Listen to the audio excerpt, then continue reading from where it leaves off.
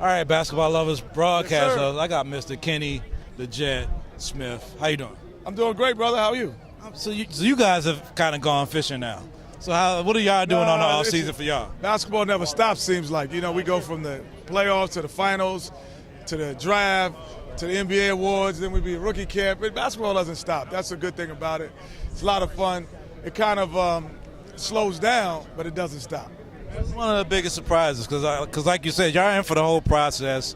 So you knew who Donovan was before he got here. You knew some of these rookies that showed up. What was like the biggest surprise for you to see when the season got going? Well, I would say, you know, probably Philadelphia. You know, the way they played throughout the regular season and even in the playoffs. That was nice to see a young team kind of break through the glass. You know, it's like break in case of emergency. They broke that glass and got through. So, you know, it's going to be interesting to see what they're going to do next year. That was fun to see. Let's go to game one of the finals and this last minute call with J.R. Smith. When you look at that from the broadcast, which I got all these screens, everything else, like what was your reaction to that, just as a former player and then as a fan? I was surprised. You know, typically, you know, the greatest player in the world, the greatest players in the world have the greatest insight, and that wasn't insightful. So it surprised me. You know, it could happen to anyone, honestly, because of things moving so fast at that thing.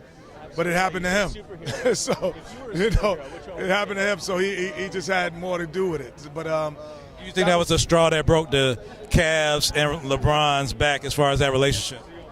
No, if that was going to break it, then you were going to be broken anyway. That was going to make you lose the series. You were going to lose the series anyway. You know, great teams fight through that type of stuff and actually win series because of it. They become more unified. They become more together. So I don't know if that would be the one play that you'd say the reason why they lost. Last question. You Brooklyn, I'm Brooklyn. I mean, Brooklyn, Queens. I'm Brooklyn, Queens. Yes, sir. So when you look at the Knicks, like the landscape's changing this season for the Lakers and probably some other teams. But you look like the Knicks doesn't look like they're moving too much. Like what will it take for that organization to get into the mix finally? Players. You got to have players to be in the mix. If you don't have players, you can't be in the mix. I don't think they're talented enough right now with the current roster to compete, you know, with the Bostons, with Philadelphia. If you look at the talent level of these guys, those guys are here, you know, winning awards, you know, on those teams. So until you're able to have that type of caliber of player or develop that type of caliber of player, you're going to be, you know, home watching, unfortunately. So as New Yorkers, we start claiming other teams.